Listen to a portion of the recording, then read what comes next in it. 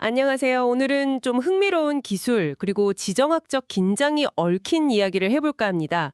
미국의 첨단 기술 제재에도 불구하고 굉장히 놀라운 성능의 AI 모델을 내놔서 주목받았던 중국 스타트업이죠. 딥시크 이야기인데요. 근데 최근에 이 회사가 미국의 수출 통제를 피하고 심지어 중국 군사 활동까지 지원했다, 이런 의혹이 나왔습니다. 네, 맞습니다. 사실 기술력만으로도 굉장히 화제가 됐던 곳인데 그 배경에 이런 심각한 의혹들이 제기된 거죠.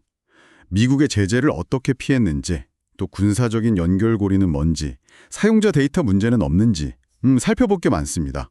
오늘 이 문제들의 핵심 쟁점들을 좀 깊이 파고들어 보죠. 네, 우선 가장 직접적인 의혹부터 좀 짚어보죠.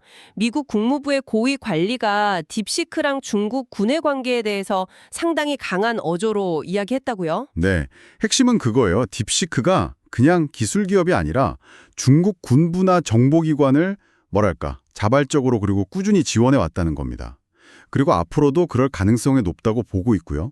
이게 단순히 오픈소스 모델 공개, 이런 차원을 넘어서는 활동이라는 거죠. 주장의 무게가 상당합니다. 자발적이고 지속적이다. 그런 주장을 뒷받침할 만한 구체적인 근거 같은 것도 제시가 됐나요? 네, 몇 가지 근거를 들었습니다. 예를 들어서 중국 인민해방군, PLA죠.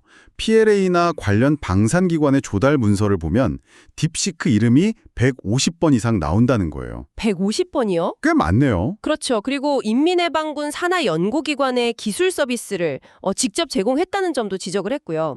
더 나아가서는 딥시크가 수집하는 사용자 정보나 통계 데이터 있잖아요. 네네. 이걸 중국의 어떤 감시기관하고 공유하고 있다. 이런 주장까지 나왔습니다.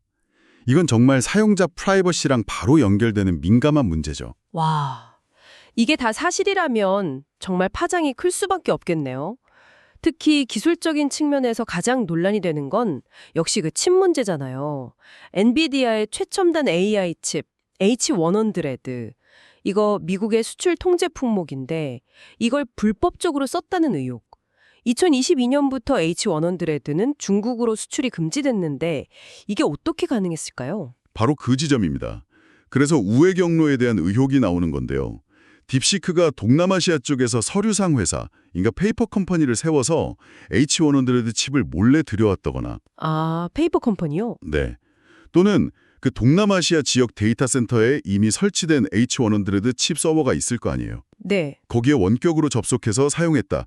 이런 구체적인 방식까지 거론이 되고 있습니다. 이게 사실이라면 그동안 딥시크가 미국의 수출 통제용 저사양 칩, H800 같은 걸로도 대단한 성능을 냈다고 평가받았던 거랑은 완전 다른 이야기가 되는데요.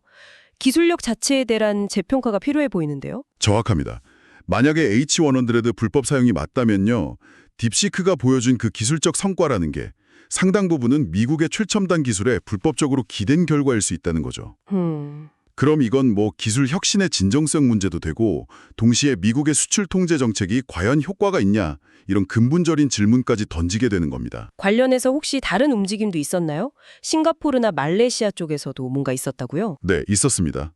지난 2월에 싱가포르에서 엔비디아 칩 관련해서 사기 혐의로 4명이 기소된 사건이 있었거든요. 네. 현지 언론에서는 이 사건을 딥시크랑 연결해서 보도를 했고요.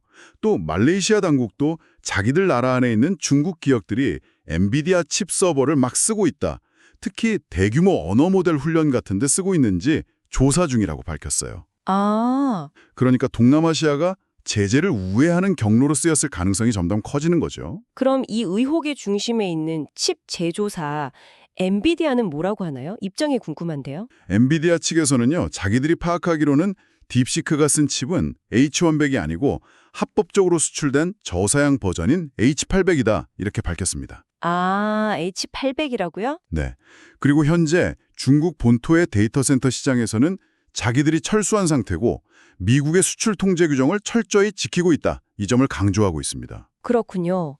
그럼 미국 정부 차원에서 딥시크에 대해서 어떤 공식적인 제재 조치나 이런 건 아직 없는 건가요? 네. 현재까지는 딥시크가 미국의 그 무역 제재 명단, 흔히 말하는 블랙리스트에는 올라가지 않았습니다. 그리고 또 알려진 바로는 미국 정부는 엔비디아가 딥시크랑 중국 군 사이에 혹시 어떤 협력 가능성이 있었을지 이런 걸 미리 알지는 못했을 거다 이렇게 보고 있는 것 같아요. 엔비디아가 모르게 진행됐을 수 있다. 네, 그럴 가능성도 있다고 보는 거죠. 아직 뭐 조사가 더 필요하거나 그럴 수 있습니다. 이 사안은 사실 여러 가지 중요한 점들을 우리에게 던져주는데요. 첫째는 미국의 그 첨단 기술 추출 통제라는 게 과연 이런 식의 우회 시도 앞에서 얼마나 효과가 있나 하는 현실적인 문제고요. 그렇죠. 막기가 쉽지 않다는 거죠. 네. 둘째는 AI 기술 개발 경쟁이라는 게 이제 단순히 기술 싸움이 아니라 국가 안보나 지정학적 갈등 문제랑 얼마나 깊게 연결되어 있는지 이걸 아주 명확하게 보여주는 사례라고 할 수 있겠습니다. 기술적인 문제도 문제지만 사용자 입장에서는 역시 개인정보 문제가 가장 크게 다가올 것 같아요. 그 점이 정말 중요합니다. 아시겠지만 중국의 국가정보법 같은 관련 법규들은 기업한테 정부가 정보를 요구하면 협조할 의무를 부과하거든요. 네. 근데 딥시크 모델이 지금 아마존 웹 서비스, AWS나 구글 클라우드, 마이크로소프트 애저 같은 글로벌 클라우드 플랫폼을 통해서 전 세계 수천만 명한테 서비스되고 있단 말이죠. 그렇죠. 만약에 사용자 데이터가 중국 정부기관으로 넘어간다는 그 의혹이 사실이라면 이건 뭐 정말 심각한 프라이버시 침해 문제로 커질 수 있습니다.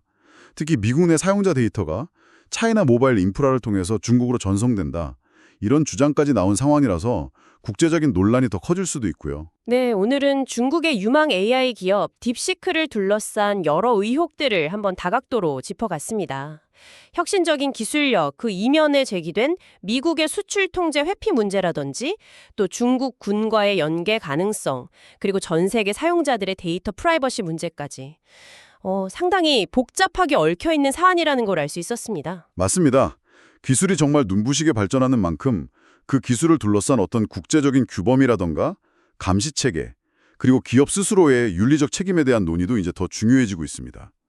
딥시크 사안이 앞으로 미중 기술 경쟁 구도나 글로벌 AI 생태계 전반에 또 어떤 영향을 미칠지 계속해서 좀 주목해봐야 할 것 같습니다.